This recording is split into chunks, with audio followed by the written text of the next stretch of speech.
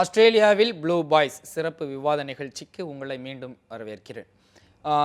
இன்றைய போட்டியில் ஒரு சுவாரஸ்யமான ஒரு நிகழ்வு நடந்திருக்கு. இந்தியாவிற்கு அது ஒரு மிகப்பெரிய சோகத்தையும் ஏற்படுத்தியிருக்கு. என்னன்னு சொல்லி பார்த்தோம்னா, நம்மளுடைய வேகப்பந்து வீச்சில் ஜார்ஜ் பெய்லி அவுட் ஆகியிருக்காரு. நம்மளுடைய விக்கெட் கீப்பர் முறையிட்டும் அம்பையர் அவுட் கொடுக்கல. அது ஜார்ஜ் பெய்லி 16 ரன்கள் அடித்திருந்த பொழுது இந்த நிகழ்வு நடந்திருக்கிறது. இப்போ இந்த நிகழ்வுனால நம்ம இந்தியாவை டிஆர்எஸ் மெத்தடை முற்றிலுமாக எதிர்த்துட்டு தான் வர்றாங்க. இன்ன வரைக்கும் டிஆர்எஸ் மெத்தட் ஒரு பரிசோதனைக்கு உட்பட்டு அதில் உண்மை இருந்தால் மட்டுமே ஏற்போம் அப்படின்னு இந்திய கிரிக்கெட் கட்டுப்பாட்டு வாரியம் வலியுறுத்திட்டு வருது. டிஆர்எஸ்க்கு ஆப்போசிட்டாக இந்திய கட்டுப்பாட்டு வாரியம் இருந்துக்கிட்டு தான் வருது. இன்றைய போட்டியில் டிஆர்எஸ் மெத்தட் இருந்திருந்தால் இந்திய அணி அந்த ஜார்ஜ் பெய்லி விக்கெட் போனதுக்கு அப்புறம் இந்திய அணியினுடைய வெற்றி ஓரளவுக்கு உறுதி செய்யப்பட்டிருக்கும் அப்படின்ற ஒரு ரசிகர்கள் மத்தியில் ஒரு கருத்து நிலவுது. இதை பற்றி உங்களுடைய டெஃபினட்டாக ஒரு ஓட்டம் பார்த்தீங்கன்னா 16 தான் அவர் கிட்டத்தட்ட Anthony just went to alone 112 runs. So ஒரு பெரிய செஞ்சுரி அது. But TRS ICICI work out பண்ணி லாஸ்ட் டைம் சாங்ஷன் பண்ண பிறகு கூட அது சில south Asian countries there not interested. Particular India இது தேவையில்லை, இந்த சிஸ்டம் வேணாம் அப்படின்ற மாதிரி இருந்தது. பட் இன்றைக்கி நம்ம பார்க்கும்போது திருப்பி இது நமக்கே இது ரிப்பீட் ஆகிருக்கு. பட் இந்த சிஸ்டத்தில் இன்றைக்கி சப்போஸ் டிஆர்எஸ் இருந்திருந்தால் மறுபடியும் நம்ம திருப்பியும் டிசிஷனை ரிவ்யூ பண்ணியிருந்தோம்னா இது அவுட்டு அப்படின்றது. ஏன்னா கேப்டன் தோனி ரொம்ப ஸ்ட்ராங்கான ஒரு அப்பீல். அது டெஃபினட்டாக எல்லாருக்குமே பார்த்தவங்க அத்தனை பேருக்குமே தெரியுது அது அவுட்டுன்னு தான் சொல்லி. பட் என்ன இருந்தாலும் umpiring is final decision. But அவங்களும் ஹியூமன் பீயிங் தான். பட் அவங்களுக்கும் எப்படின்னா இது வெளியில் போயிருக்குமோ இல்லையோ பட்டுதோ படலையோன்ற மாதிரி ஒரு டவுட்ஃபுல்லாக இருந்திருக்கும் கண்டிப்பாக. பட் இன்ஃபேக்ட் நீங்கள் பார்த்தீங்க அப்படின்னா இந்த மாதிரி சிஸ்டங்களில் இந்த மாதிரி குரூஷியல் டைம்லாம் பார்த்தீங்கன்னா இந்த மாதிரி ஒரு விக்கெட் நமக்கு கிடச்சிருந்ததுன்னா இந்த 100 நம்ம தடுத்திருப்போம். அதனால் டிஆர்எஸ் திருப்பி அவங்க வாண்டடாக வேணுமா வேணாமான்றதை டிஸ்கஸ் பண்ணி பிசிசி எடுக்கிறது நல்லது. கண்டிப்பாக ரசிகர்களுடைய ஆதரவு டிஆர்எஸ் மெத்தட் திருப்பி வரணும் அப்படின்னு சொல்லி தான் ரசிகர்கள் எல்லாருமே எதிர்பார்த்துருக்காங்க.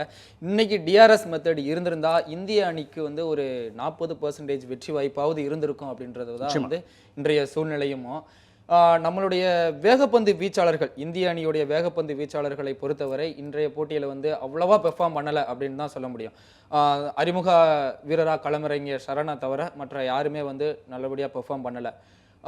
ஐசிசி அனௌன்ஸ் பண்ண வேர்ல்டு 11 டீமில் இருந்து முகமது சமி காயம் காரணமாக இந்த தொடரிலையும் விளையாடவில்லை. முகமது சமி இல்லாதது அணிக்கு பின்னடைவாக பார்க்கப்படுகிறதா?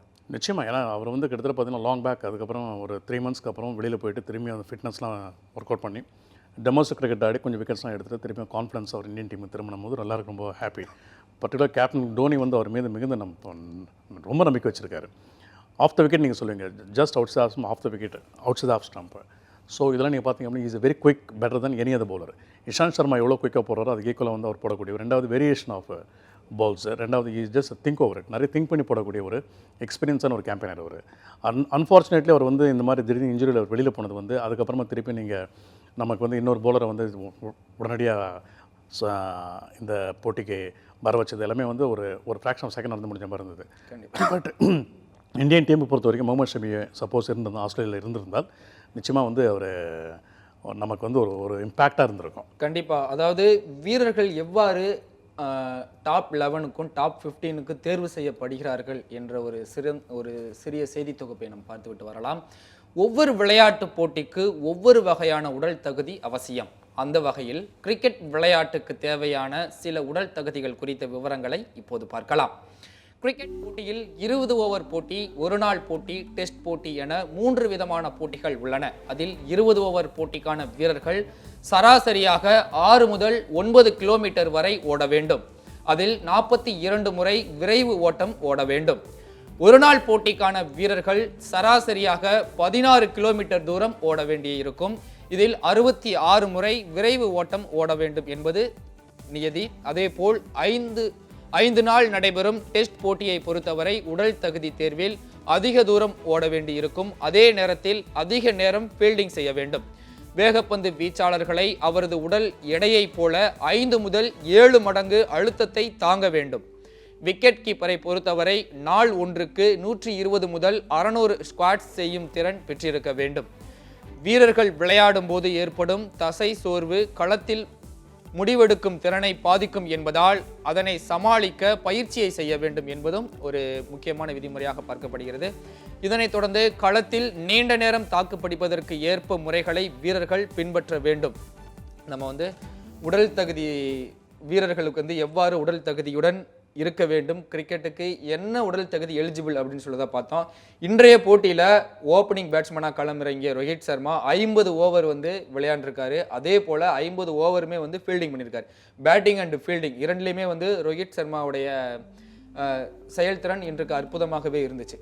இந்த உடல் தகுதி வந்து வீரர்களுக்கு எந்த அளவிற்கு தேவை, இந்த உடல் தகுதி பாதிக்கப்படுவதால் வீரர்களுடைய மனநிலை பாதிக்கப்பட்டு விளையாண்டு கொண்டிருக்கும் பொழுது தேவையில்லாத ஷாட் எடுக்கிறதுக்கான வாய்ப்புகள் இந்த உடல் தகுதி அமைத்து விடுகிறதா என்றது ஒரு முக்கியமான ஒரு கேள்விக்குறியும் அந்த உடல் தகுதியில் வந்து நம்ம மெயினாக பார்க்கப்படுகிறது.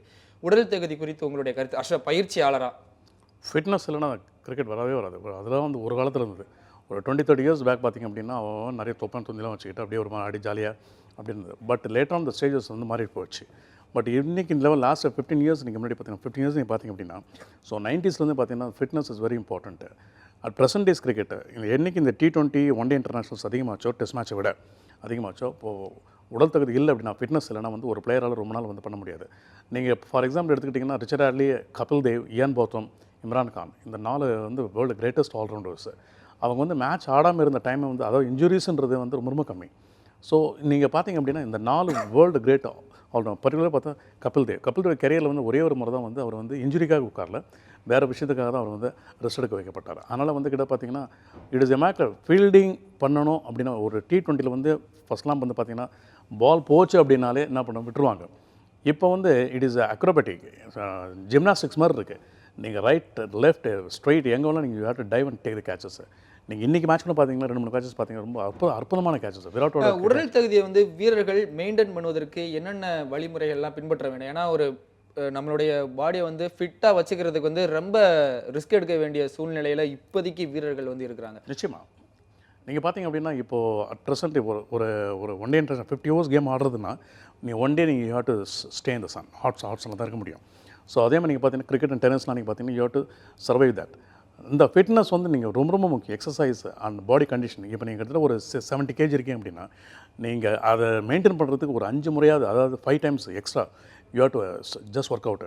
நாட் ஒன்லி இந்த ஜிம், அதாவது நீங்கள் ஒரு 8 to 10 kilometers you have to long run and ஸ்ப்ரிண்ட்னு சொல்கிறாங்க பார்த்தீங்களா, அப் அண்ட் டவுனு. அது வந்து கிட்ட ஒரு 25 to 30 times. அப்படி இருந்ததுனால தான் சச்சின் டெண்டுல்கர் இப்போ ஜாம்பவான்கள்லாம் வந்து 40 வயசு வரைக்கும் கிரிக்கெட் ஆடிருக்காங்க. இல்லைன்னா உடல் தகுதியை வந்து வீரர்கள் மெயின்டைன் பண்ணுறதுல வந்து ரொம்ப அக்கறை காட்ட வேண்டும் அப்படின்றது வந்து இந்த கிரிக்கெட் விளையாட்டில் ஒரு முக்கியமாக பார்க்கப்படுகிறது.